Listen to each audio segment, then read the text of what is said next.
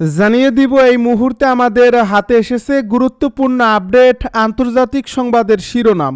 শুরুতেই থাকছে একটি চাঞ্চল্যকর প্রতিবেদন। খামেনিকে হত্যা চেষ্টার ষড়যন্ত্র অভিযোগ দুই দেশের বিরুদ্ধে। এবারে জানিয়ে দিব লেবাননে আবারও ইসরায়েলি হামলা। এদিকে যুদ্ধবিরতির মধ্যে গাজায় হামলা, কমান্ডারকে নিহতের দাবি ইসরায়েলের। আরও জানাবো বিদেশি সরকারের হয়ে গুপ্তচর বৃত্তি, ইয়েমেনে 17 জনের মৃত্যুদণ্ড দিল হুতিরা। সব শেষে জানিয়ে দিব তাইওয়ান ইস্যুতে জাপানের বক্তব্য, পাল্টা অবস্থান চীনের। এতক্ষণ শুনছিলেন হাতে থাকা আপডেট সংবাদের শিরোনাম, এবারে বিস্তারিত। তবে তার আগে অনুরোধ রইল ভিডিওটিতে একটি লাইক এবং কমেন্ট করে জানিয়ে দিন ভিডিও সম্পর্কে আপনার মূল্যবান মতামত। আরও জানিয়ে দিন ভিডিওটি কোথা থেকে দেখছেন বা কোন জেলা থেকে দেখছেন। খামেনিকে হত্যা চেষ্টার ষড়যন্ত্র অভিযোগ দুই দেশের বিরুদ্ধে। ইরানের সর্বোচ্চ ধর্মীয় নেতা আয়াতুল্লাহ আলী খামেনিকে টার্গেট করার চেষ্টা এবং ইসলামী প্রজাতন্ত্রকে অস্থিতিশীল করার পায়তারা চলছে। যুক্তরাষ্ট্র ও ইসরায়েল সহ বিদেশি শত্রুরা এ ষড়যন্ত্র করছে বলে অভিযোগ করেছে ইরান। ইরানের বার্তা সংস্থা ISNA জানিয়েছে, ইরানের গোয়েন্দা মন্ত্রণালয় মন্ত্রী ইসমাইল খাতিব সতর্ক বার্তায় বলেছেন, শত্রু কখনো হত্যাচেষ্টার মাধ্যমে, কখনো বৈরী হামলার মাধ্যমে সর্বোচ্চ নেতাকে টার্গেট করতে চায়। যদিও মন্ত্রী কোনো নির্দিষ্ট ঘটনার কথা উল্লেখ করেনি, ইরানি কর্মকর্তারা প্রায়ই বিদেশি ষড়যন্ত্রের অভিযোগ তোলেন। তবে জুন মাসে ইসরায়েল ইরানের 12 দিনের যুদ্ধের আগে খামেনির বিরুদ্ধে সরাসরি হামলার হুমকি নিয়ে এমন মন্তব্য বিরল ছিল। খাতিব বলেন, যারা এই ধরনের কর্মকাণ্ডে জড়িত বা সহায়তা করছে তারা জেনে বা না জেনে শত্রুর অনুপ্রবেশকারী এজেন্ট। তিনি সরাসরি যুক্তরাষ্ট্র ও ইসরায়েলের দিকেই ইঙ্গিত করেন। চলতি বছরের সংঘাতে ইসরায়েল ইরানের জ্যেষ্ঠ সামরিক কর্মকর্তা, পরমাণু বিজ্ঞানী এবং গুরুত্বপূর্ণ স্থাপনাকে লক্ষ্য করে হামলা চালায়। পরে যুক্তরাষ্ট্র গুরুত্বপূর্ণ ইরানি পরমাণু স্থাপনায় আঘাত হানে।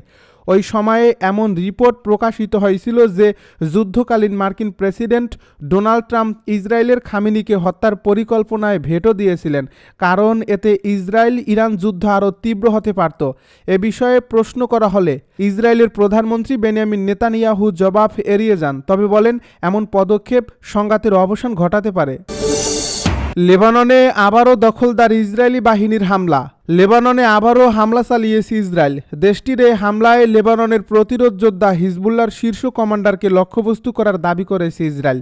রোববার আল জাজিরার এক প্রতিবেদনে এই তথ্য জানানো হয়েছে। এতে বলা হয়েছে, ইসরায়েলি সামরিক বাহিনী বৈরুতের দক্ষিণ উপশহর দাহিয়েতেতে হামলা চালিয়েছে। এই হামলার লক্ষ্য ছিল হিজবুল্লাহর এক শীর্ষ সদস্য।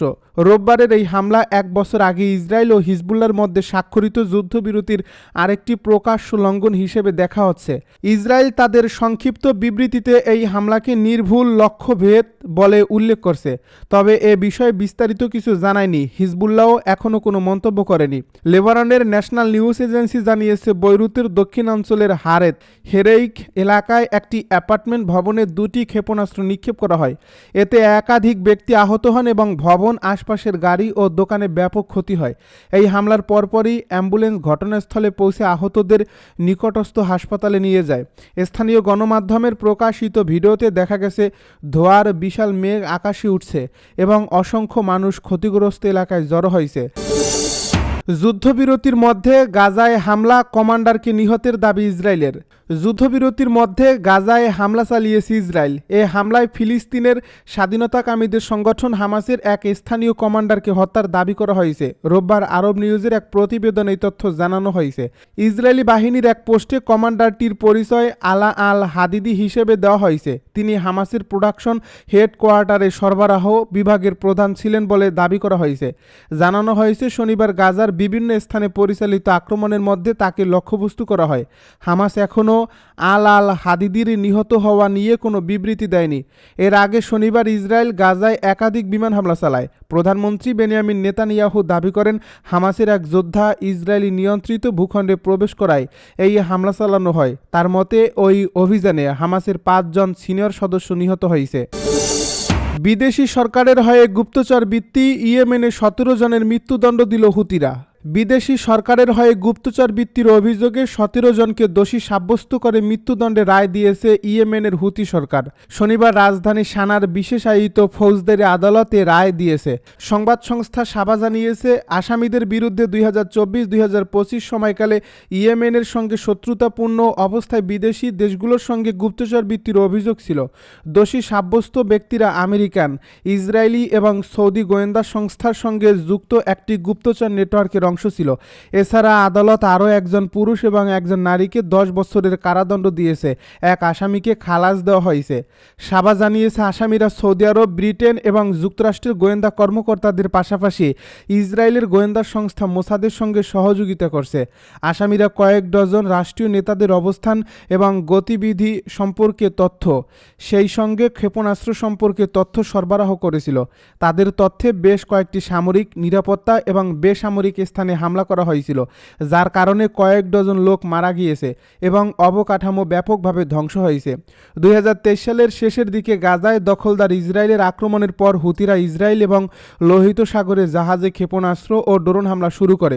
হুতিরা বলেছে তারা গাজা যুদ্ধে ফিলিস্তিনিদের সঙ্গে সংহতি প্রকাশ করছে। তাইওয়ান ইস্যুতে জাপানের বক্তব্য, পাল্টা অবস্থান চীনের। তাইওয়ান নিয়ে জাপানের প্রধানমন্ত্রী সানায়ে তাকাইসির মন্তব্যকে চমকপ্রদ ও গুরুতর ভুল বার্তা বলে আখ্যা দিয়েছেন চীনের পররাষ্ট্রমন্ত্রী ওয়াং ই। রোববার চীনা পররাষ্ট্র মন্ত্রণালয়ের ওয়েবসাইটে প্রকাশিত এক বিবৃতিতে তিনি বলেন, জাপান এমন এক লাল রেখা অতিক্রম করছে যা স্পর্শ করা যায় না। ওয়াং ই এর অভিযোগ, জাপানের প্রধানমন্ত্রী তাইওয়ান ইস্যুতে সামরিক হস্তক্ষেপের ইঙ্গিত দিয়েছেন।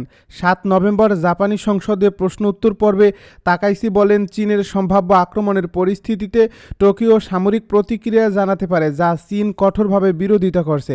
এই ঘটনার পর দুই দেশের মধ্যে উত্তেজনা 2 সপ্তাহের বেশি ধরে চলছে এবং এটি সাম্প্রতিক বছরগুলোর সবচেয়ে বড় চীনা জাপান সংকটে পরিণত হয়েছে। বিষয়টি বাণিজ্য ও সাংস্কৃতিক সম্পর্কেও প্রভাব ফেলছে।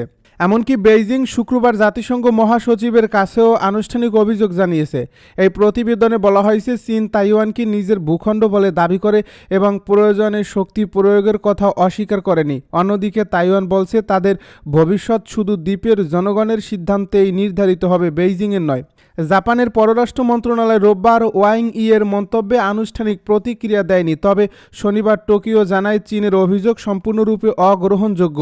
জাপান শান্তিপূর্ণ নীতি বজায় রাখবে। তাইওয়ানও চীনের জাতিসংঘ পত্রের নিন্দা জানিয়েছে। দেশটি বলছে এতে অসভ্য, অসঙ্গত ও ইতিহাস বিকৃতকারী মন্তব্য রয়েছে। এটি জাতিসংঘ সনদের ধারার লঙ্ঘন, যেখানে আন্তর্জাতিক সম্পর্কে শক্তি প্রদর্শন বা হুমকি নিষিদ্ধ। ওয়াং ই বলেন, জাপানের এই অবস্থানের জবাবে চীন দৃঢ়ভাবে প্রতিক্রিয়া জানাতে বাধ্য।